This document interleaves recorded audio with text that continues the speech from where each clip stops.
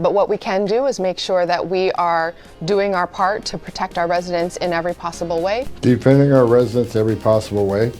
Well, she's not very smart, I'll give her that. Now we have a lot of Democrats who are grandstanding, saying that they will not cooperate with the Trump administration should they ask for support from local law enforcement to round up and deport people, criminals who shouldn't be walking the streets. You know, good upstanding residents like the alleged murderer of Laken Riley. These Democrats want to protect guys like that. And the latest added to the list is the mayor of Boston. Take a gander. What will Boston's response be if these mass deportations take place? Yeah, look, elections have consequences, and the federal government is responsible for a certain set of actions, and cities, no individual city can reverse or override some parts of that. But what we can do is make sure that we are doing our part to protect our residents in every possible way, that we are not cooperating with those efforts that actually threaten the safety of everyone by causing widespread fear and having large-scale economic impact. Large-scale economic impact. I do love what they love, their cheap stuff, right? She loves having a cheap babysitter and maybe somebody to clean their toilets and mow the grass. Although I'm thinking the mayor of Boston has some security details at her disposal, so she doesn't really have to worry about the crime issues that are associated with illegal immigration, especially in the immigrant neighborhoods that she doesn't live in. It's convenient how that works out. But also, again, forgive me if I'm being inappropriate here and all, but this whole idea of protecting our residents. So tax dollars in the city of Boston and the state of Massachusetts will be used to protect residents who, by definition, are not taxpayers, of course, residents who are non-citizens and non-legal residents. They're just here illegally. They just showed up maybe 2 years ago, but they deserve the protection of the Boston police. What are the crime statistics in Boston right now? I'm just curious how well this mayor has been doing at protecting the longtime tax-paying citizens of her city versus now expending her budget to protect people who have come here from Nicaragua and have only been here for 2 years. Also, this whole idea that it's an unsafe situation because you're creating fear in a community that they might be deported. You know, if they know they're here illegally, they know they're not supposed to be here. They've gotten a notice of deportation and they have defied that notice of deportation and they've stayed here. Well, can I just say, and I, again, hate to be indelicate, but they should be afraid. That's the whole point. You know, listen, I don't know about you. When you get a summons in the mail, you know, maybe something from the IRS who has a question about your tax return, or maybe you get, you know, something that from the Department of Motor Vehicles because you got caught in a speed camera if you live in a jurisdiction that has speed cameras, and you know, you get that rush in your body, right? It's like, oh crap, this is a letter from the government. What's wrong? Or how about when you're driving down the expressway and suddenly you see those red and blue flashing lights in your rear view mirror, and you are scared and frustrated and annoyed that you've got to pull over, and like that feeling of dread. You know, when we enforce the laws in our country to people who have broken the laws of our country, that feeling of fear and dread is sort of baked in the cake. It's part of how we keep people from breaking the law, Madam Mayor. So if you have residents in your city right now that are facing a legal deportation notice because they are in this country illegally and they have broken our laws, and they're concerned that they might get deported, and so they're afraid of that, they should be afraid.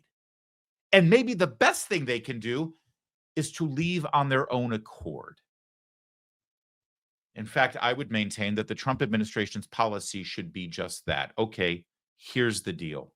We are going to deport the millions of people who have come here during the Biden administration and who are breaking our laws. If you leave on your own accord, you let us know so we don't have to spend any money and any energy deporting you. We will cross you off the list. You show us proof that you have left, and then you can legally come back to this country. You can legally go through the process in your country, wait in line, and come here legally.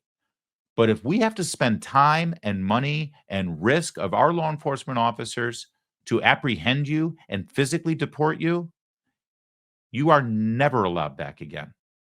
Ever. I think that would be a good deal. And I think you'd see a lot of people leaving voluntarily, don't you? I think you would. But she's concerned that there's fear in their communities. Well, Tom Homan is your brand new border czar under the Trump administration. And one of the reasons why he got that job is because he pushes back on this kind of thing. Here's his response to the good mayor of Boston. Defending our residents every possible way. Well, she's not very smart. I'll give her that. Because what I just said is President Trump's going to prioritize public safety threats. What mayor or governor doesn't want public safety threats out of their communities? I mean, that's her number one responsibility, is protect their communities. And that's exactly what we're going to do. So she helps us, she gets the hell out of the way, because we're going to do it. And look, there's a clear line here, and they can't cross a clear line. I would suggest she read Title 8, United States Code 1324 III, that says, you can't harbor or conceal an illegal alien from front of law enforcement officers. So I hope she don't cross that line. They can not cooperate, but there are certain laws in place that they can't cross, and I hope she doesn't cross it. I hope you picked up on that at the end there. It's one thing not cooperating. There's another thing where you cross the line and you actually harbor criminal illegal aliens who are facing deportation. If you're protecting them and harboring them, Madam Mayor, well, you're breaking the law too. And boy, I would love to see that stare down, wouldn't you? But that was last night on Newsmax. Earlier this morning, Homan showed up on Fox and Friends and expanded on this conversation because, well, it's a big one going on right now, as the left wing in this country realizes that Donald Trump actually intends to do exactly what he said he would do when he was running for office. Right now. Hey, Tom. Good morning. So, brother, let's break down this because, you see all these media experts saying that Abuela is going to be deported. I think you have two priorities, right? First, you got to get the criminal element, which everyone agrees with. And then number two, you go straight for those 8 million people that have been coming across the border under Joe Biden, right? Yeah, we got three rails of business, Lawrence. First of all, we got to secure the border. We know how to do that. We've done it before. Second of all, we need to run this deportation operations. The president's been clear. Out of the gate, we're going to focus on public safety threats and national security threats first. And fugitives, those who cross the border legally, had great due process, had great taxpayer expense, were ordered removed by an immigration judge and didn't leave. They're also a priority. And third rail, we got to find over 300,000 children that were released into this country to so-called sponsors that the government can't find. We also got to find them children and try to save them. So real quick, Tom, do you deputize the local, like state police, like Texas DPS wants to work with ICE? They want to work with the Border Patrol. Do they get deputized to help out with this crisis? Yeah, we're going to fight with the 287G jail program, 287G task force programs, both law enforcement agencies that want to help. Since I've been announced, Lawrence, I've gotten thousands of soldiers that just recently left the military. They want to join forces. Police officers that retired want to join forces. But retired Border Patrol agents, retired ICE agents that want to come back. Retirement from Border Patrol, that paperwork is pulled back. There's a lot of excitement to do this job for the President of the United States. Yeah. Tom, I want to get your reaction to this story. Apparently, the roommate of the illegal immigrant accused of murdering Laken Riley testified yesterday that they took the humanitarian flight from New York City to Georgia before they killed Laken Riley. What's your reaction to that? Look, he should have been arrested by ICE in New York City, but they're sanctuary city. He should never be in the country. Under President Trump, he wouldn't have been here. He would have been waiting in Mexico on the Remain in Mexico program. But here's what I want. For all those mayors and governors who said they're going to push back on ICE to do this operation, I want you to listen to that tape of that young lady fighting for her life, fighting for her breath. She did not want to die, and she fought hard. Listen to it. Just don't say, okay, another one died. No, I want you to listen to the struggles, because that happens across this country almost every day by an illegal alien. So I want those sanctuary city people out there saying they're going to push back on ICE. Listen to that and tell me. I just said President Trump wants to take public safety threats off the street. That's a priority. As elected mayor, elected governor, are you telling me that you don't want public safety threats out of your communities? That is your number one responsibility, to protect your community. So smarten up and work with us. Tom, real quickly, what happens to a mayor or a local police department chief that is under Democratic leadership that obstructs ICE in your federal agents that are helping get these deportations? What happens to them? Well, first of all, if they don't want to help us, get the hell out of the way if we're going to do it. If I got to send twice the amount of resources to that city, that's what we're going to do. If they would give us access to the jail, that would mean less agents in the community. For them pushing back and not letting us in the jail, it just means more agents are going to be in the community, so they're hurting themselves. Finally, I'll say this. They need to educate themselves. They need to review this. Title 8, United States Code 1324, III. Read about that and don't cross that line, because it is a felony to harbor and conceal an illegal alien from ICE. Read the statute. Don't cross that line. All right. He repeated what he said last night on Newsmax, and it's a great forceful. Listen, this is why we love Tom Homan. I got to tell you, though, I'm of two minds on this. You know, my instinct, Tom Homan just says, you got to cooperate with us, but if you don't, we don't care. You get out of our way, we'll double down and we'll bring in the resources so that we can do our job and deport people who shouldn't be in this country. I get it. I do.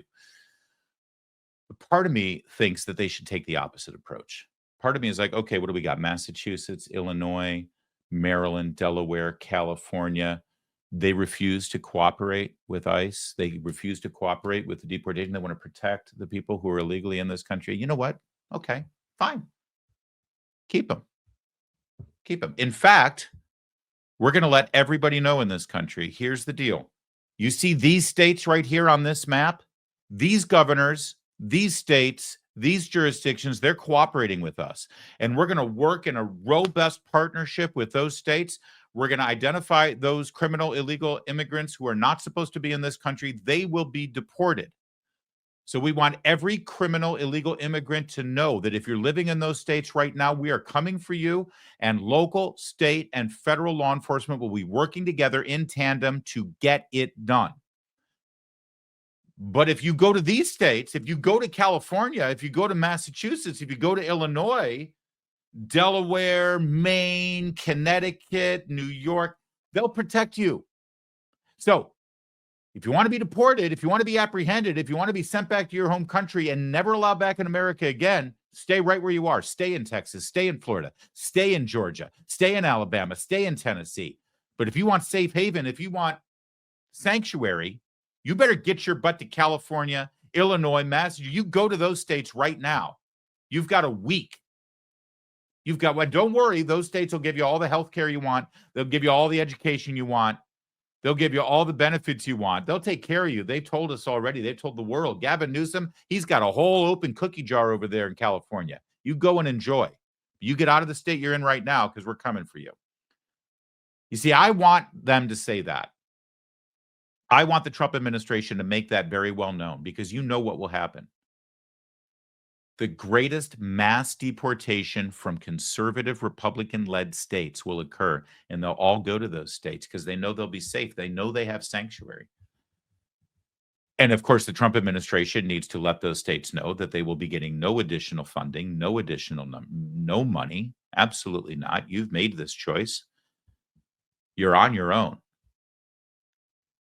I got to tell you something. You saw some blue states turn red or a little bit more purple this last election. You do that, and you're looking at a very, very red country from coast to coast.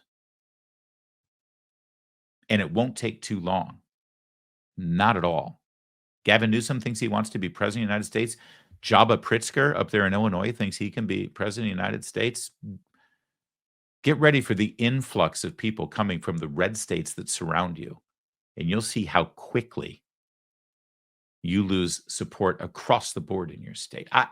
Part of me wants the Trump administration to do that. Part of me wants Tom Homan to do that. It's a very enticing idea.